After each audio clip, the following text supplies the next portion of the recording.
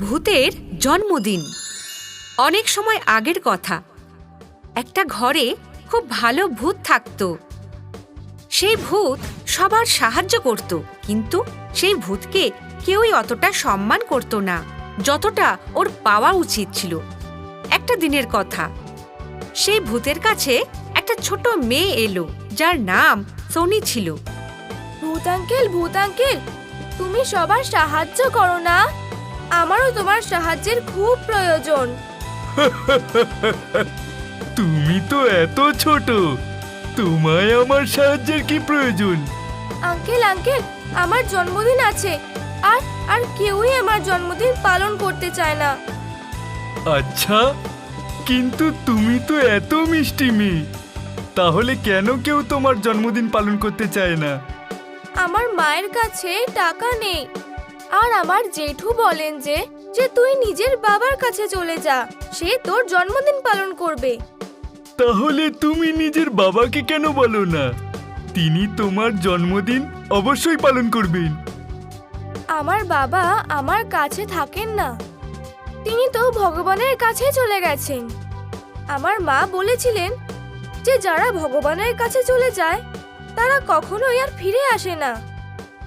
সোনির কথা শুনে ভূতের খুব দুঃখ হয়, আর সে সোনিকে বলে, সোনি, তুমি খুব ভালো মেয়ে। আমি তোমায় কথা দিচ্ছি যে কাল আমি তোমার জন্মদিন খুব ভালোভাবে পালন করব। পরের দিন যখন ভূত সোনির ঘরে পৌঁছালো, তো ভূতকে দেখে সোনির মা বললেন, আরে ভূত রাজা, আপনি এখানে কিভাবে? আপনি তো সেখানে যান যেখানে কারোর আপনার সাহায্যের প্রয়োজন হয়। সেই জন্যই তো আমি এসেছি। আজকে সোনির জন্মদিন, আর আমি ওর জন্মদিন পালন করতে এসেছি। কোথায় আছে সোনি? কোথায় আছে সোনি? সে তো এখন ঘুমাচ্ছে। আচ্ছা, তাহলে আমি ওর ওঠার আগেই সব প্রস্তুতি নিয়ে রাখছি।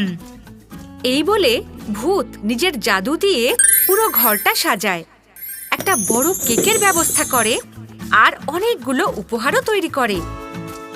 এরপর ভূত সোনির কাছে পৌঁছায়, আর সোনির ফাটা পুরনো ফ্রককে সুন্দর একটা ফ্রকে পরিণত করে।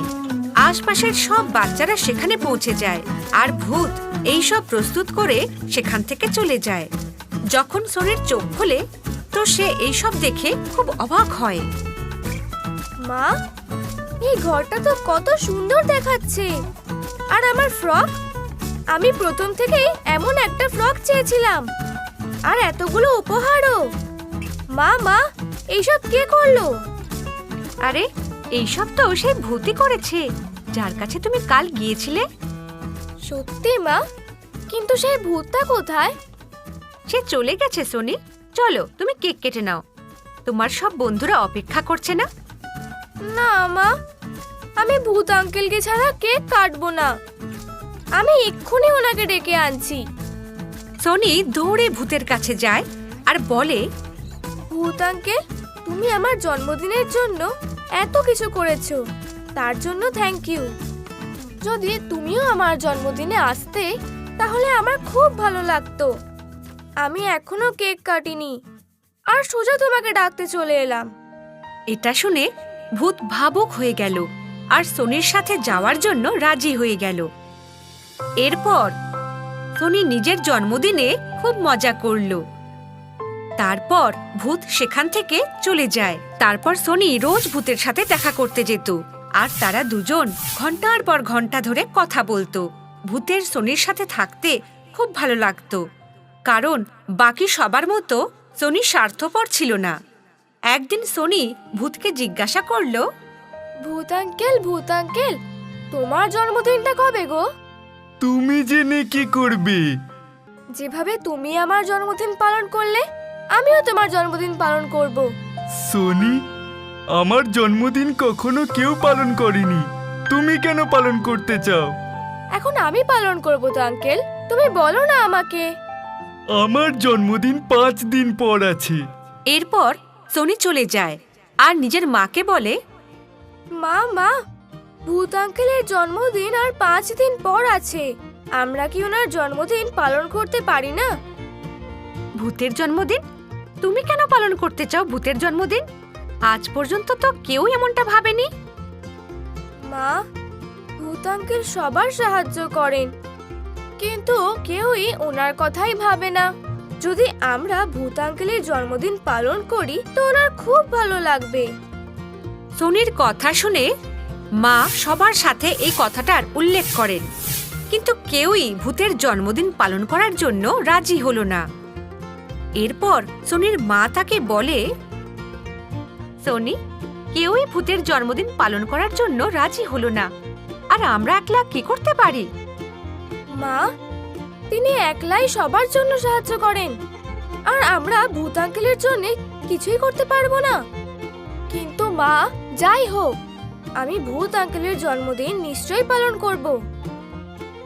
এই বলে সোনি নিজের বন্ধুদের কাছে যায় আর তাদের পুরো ব্যাপারটা বলে।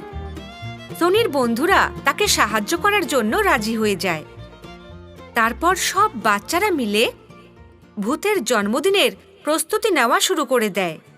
সোনির মাও সেই বাচ্চাদের সাহায্য করে দেন।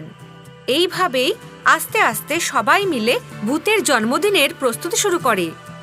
আর যখন সব প্রস্তুতি পুরো হয়ে গেল, তো সোনি আর তার বন্ধুরা ভূতের কাছে যায়। ভূত আঙ্কেল, আমাদের সাথে চলো। কিন্তু কোথায় যেতে হবে তোমার সাথে? চলো না একবার, তোমাকে কিছু দেখাতে চাই। সোনির বারবার বলাতে ভূত তার সাথে যাওয়ার জন্য রাজি হয়ে যায়। আর সেখানে যাওয়ার পর ভূত খুব খুশি হলো। সেখানে একটা বড় কেক ছিল, আর চারদিকে খুব সুন্দর সাজানো ছিল। সেখানকার সব লোক ভূতের আসার অপেক্ষা করছিল। এইসব ভূতের খুব ভালো লাগলো, আর সে বলল, তোমরা সবাই আমার ব্যাপারে এত ভাবলে, এটা দেখে আমি খুব খুশি হয়েছি। তোমার অনেক অনেক ধন্যবাদ। ওহো আঙ্কেল, ধন্যবাদ পরে জানিও, প্রথমে কেকটা তো কাটো। সোনির কথা শুনে ভূত কেক কাটলো আর সবাই হাততালি দিল। আর এইভাবেই ভূতের জন্মদিনে সব বাচ্চারা অনেক অনেক মজা করলো। হ্যালো বন্ধুরা, আমাদের কমেন্ট করে নিশ্চয়ই জানাবেন যে আপনাদের এই গল্পটি কেমন লাগলো। এই গল্পটিকে লাইক অবশ্যই করবেন আর নিজের বন্ধুদের সাথে শেয়ারও করবেন। বাই। যদি আমাদের ভিডিওটি আপনার ভালো লেগে থাকে তাহলে এটিকে লাইক করুন, চ্যানেল সাবস্ক্রাইব করুন এবং আমাদের কার্টুন শোজ সবার প্রথমে দেখার জন্য বেল আইকন প্রেস করতে ভুলবেন না।